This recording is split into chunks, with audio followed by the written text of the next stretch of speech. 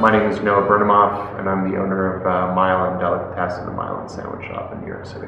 Judaism is in a secular fashion, is very much a religion of family and a religion of togetherness, and and I think that families, do a really, really warm families, inviting families, often gather around the table, the food, the tradition of making that food, the tradition of eating that food together.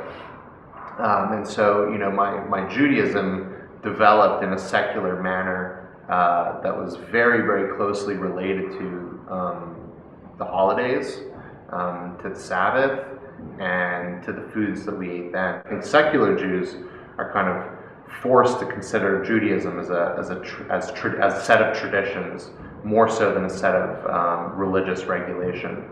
When we think about that tradition, we almost always think about food. We always think about those moments and those connections that we've made around the table with our family, and how that's kind of helped us develop as a people, and also kind of created an acute identity, a sort of a very real secular Jewish identity, which I think is what most American Jews would consider themselves today.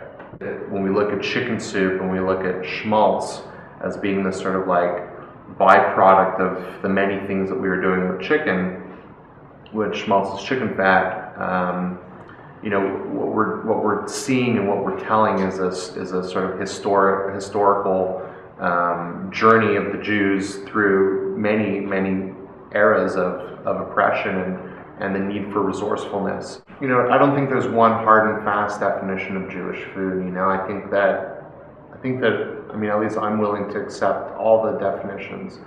One is food that is in line with Jewish tradition.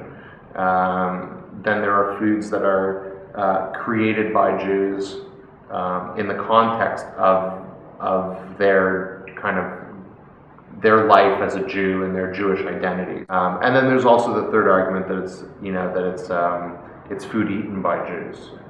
And I'm willing to accept all three, but I do think that Jewish food like a lot of ethnic foods. I know it's kind of people don't like that term, but foods of people from around the world. I just think that it ends up being a more enriching experience when you can contribute a narrative to the experience of actually eating the food, so that there is a sense of meaning behind what you're eating and what you're cooking or what you're sharing with your family. So do I think that there's a benefit to having kind of the story and the historical context along with the food? Absolutely. I think that's very important. I said in the book, you can't innovate without tradition. You can't truly understand your tradition without kind of a desire to innovate. And I really believe that, because it's, the food is not stagnant. Like, we don't live in a shtetl, we don't live in the era of the Spanish Inquisition anymore.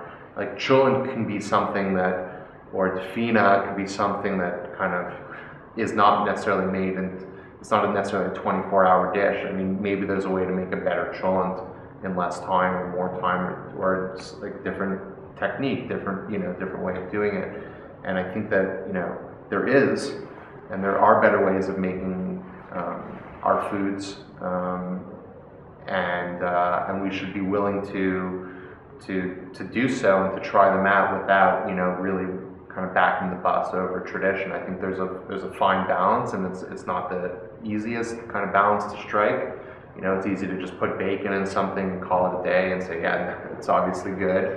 But can we make great matzo balls again without studying, having studded bacon in it, or is there a way to revive some of the tradition? Mike Solomonov, and I'm a chef and co-owner of Zahav restaurant in Philly. I think that there's like Jewish cuisine, but I think it really depends on where you're at. In Hungary, their Jewish cuisine is a trendy thing. Here in the States, it's sort of like a punchline for a joke, up until right now.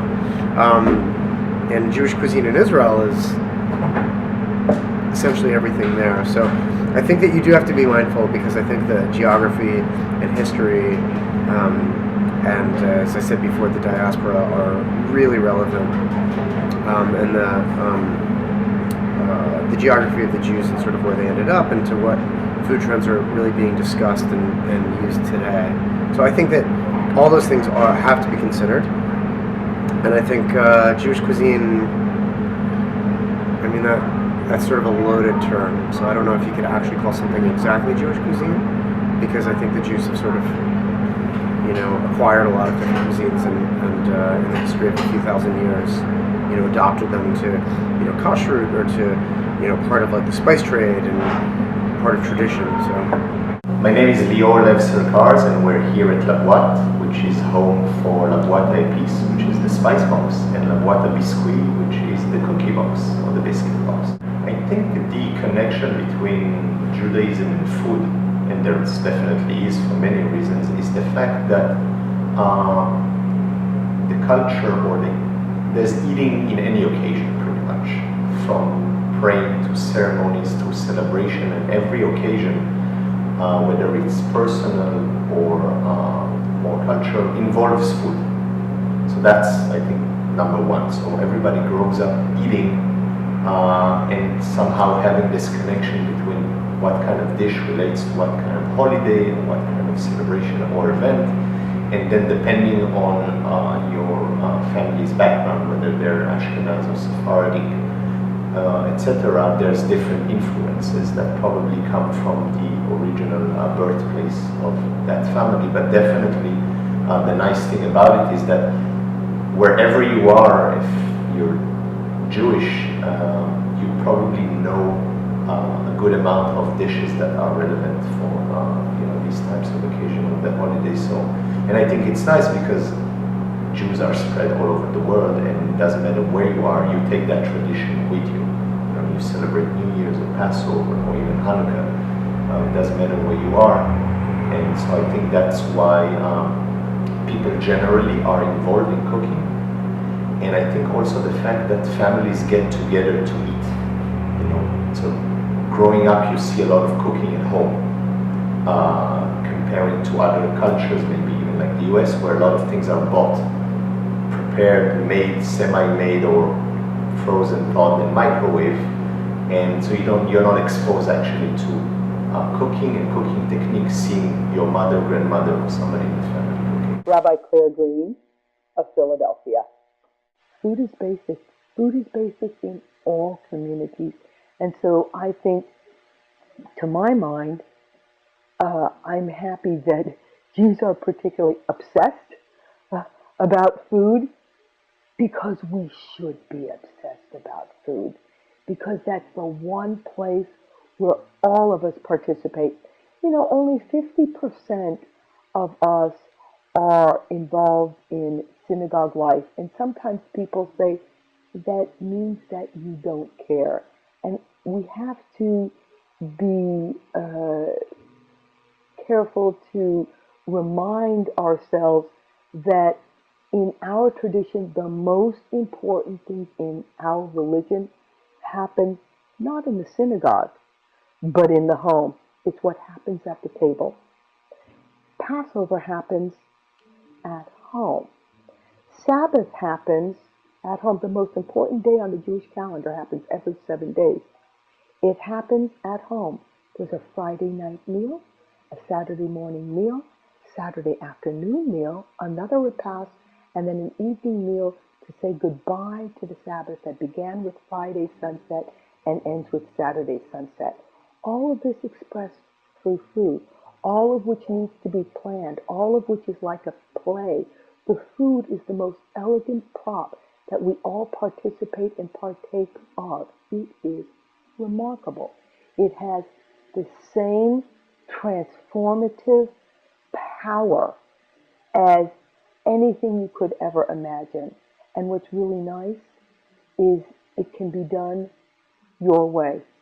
So if you are a person who has an elegant sensibility, a refined sensibility, you can express your personal, religious, and spiritual, and communal, and ethnic identity and exploration through food in the privacy of your own kitchen. You don't have to buy a ticket. There is nobody there to sanction you or to judge you. Everybody is available to encourage you and to be admiring of your exploration. There is no limit. How great is that?